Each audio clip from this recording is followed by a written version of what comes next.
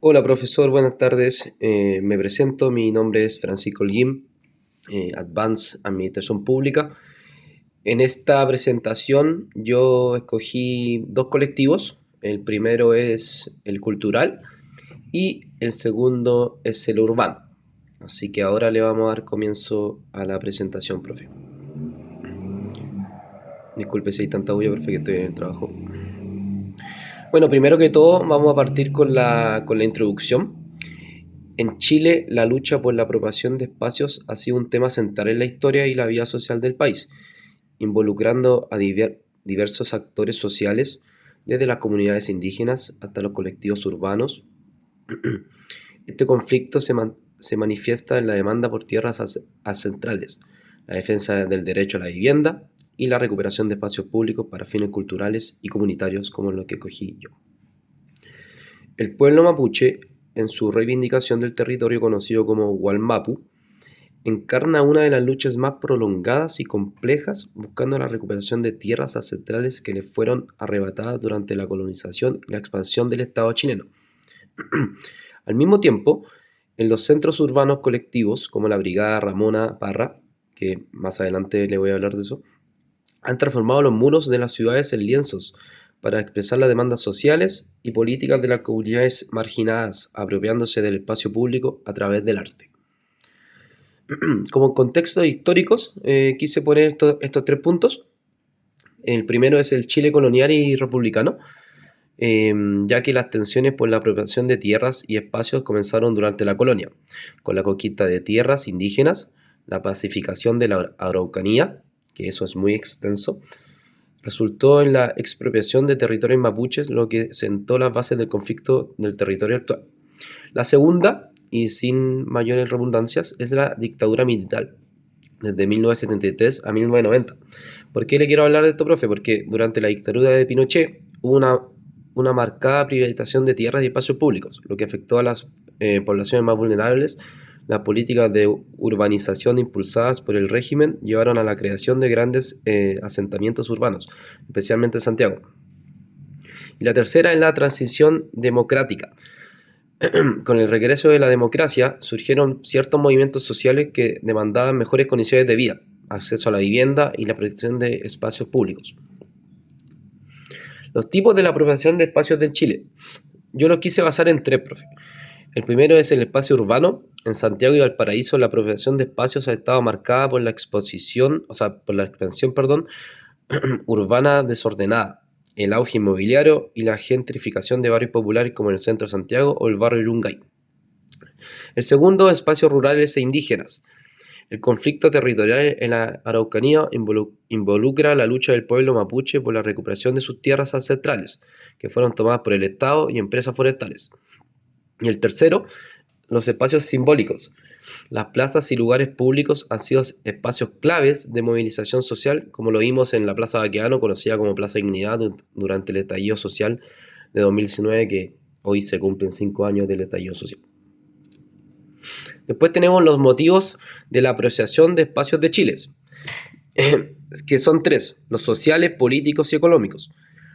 Primero que todo, los sociales, la urbanización rápida y la falta de planificación habitacional han desplazado a comunidades de bajos ingresos a las periferias de las ciudades. En Santiago, esto ha dado lugar a una marcada segregación urbana. La segunda es la política. El movimiento Ocupa en Chile, inspirado por experiencias europeas, ha surgido como respuesta a la especulación inmobiliaria, ocultando edificios abandonados en ciudades como Santiago y Valparaíso. Y finalmente, los económicos. El capital inmobiliario y los grandes desarrollos comerciales han transformado zonas populares en centros de lujo, lo que ha desplazado a los habitantes originales y cambiado el carácter de los barrios. Un ejemplo es la transformación del centro de Santiago, donde antiguos residentes han sido desplazados por proyectos inmobiliarios.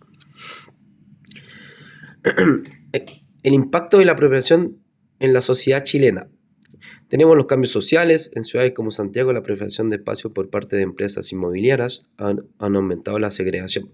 Los habitantes de barrios populares son desplazados a la periferia, donde las condiciones de vida son más precarias. Impactos económicos.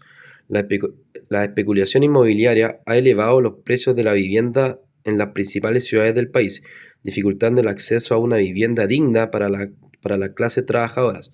Esto ha generado grandes desigualdades en el acceso al espacio urbano. Y por último, tenemos el impacto cultural, que es la apropiación de barrios históricos y su transformación en zonas comerciales o turísticas que han provocado la pérdida de la identidad cultural local, especialmente en ciudades patrimoniales como Valparaíso.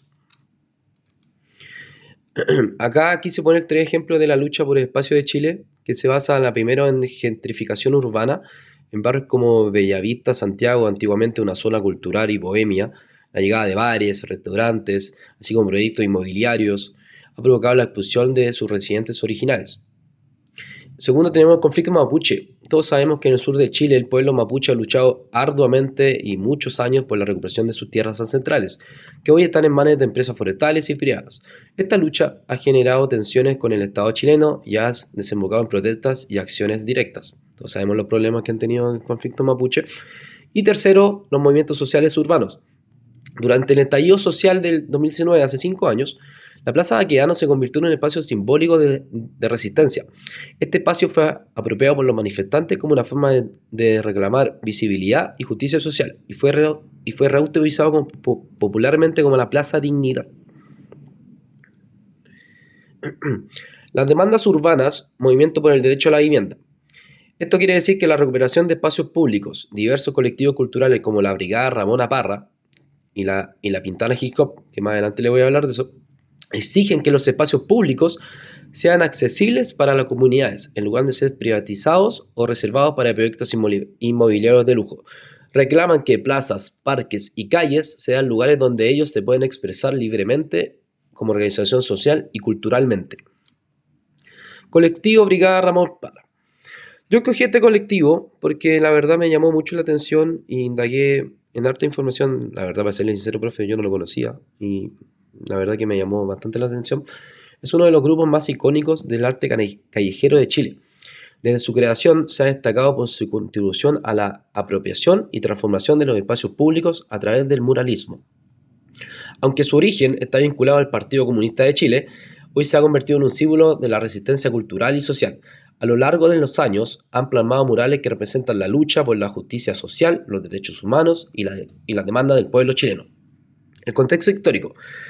Esto nace a fines de los años 60 como una forma de arte político en apoyo al gobierno de Salvador Allende y resurgió durante la dictadura de Pinochet.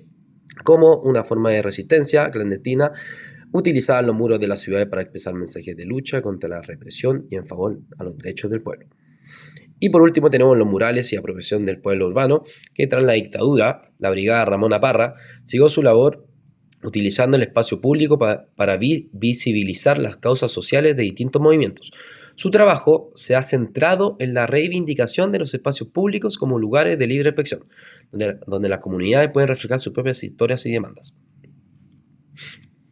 Después tenemos el colectivo Ucamau. Es más conocido por su lucha por la vivienda digna, pero también han llevado a cabo importantes acciones culturales en el ámbito urbano. Este colectivo combina la acción política con el arte y la cultura, ocupando terrenos y edificios que están abandonados para construir viviendas y organizar actividades culturales. Acción comunitaria. A través de la ocupación de estos espacios han transformado barrios enteros en sitios de organización comunitaria y empoderamiento.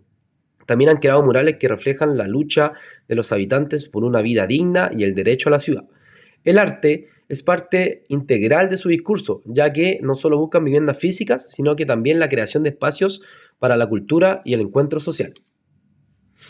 Después tenemos el colectivo de la Pintana Hip Hop.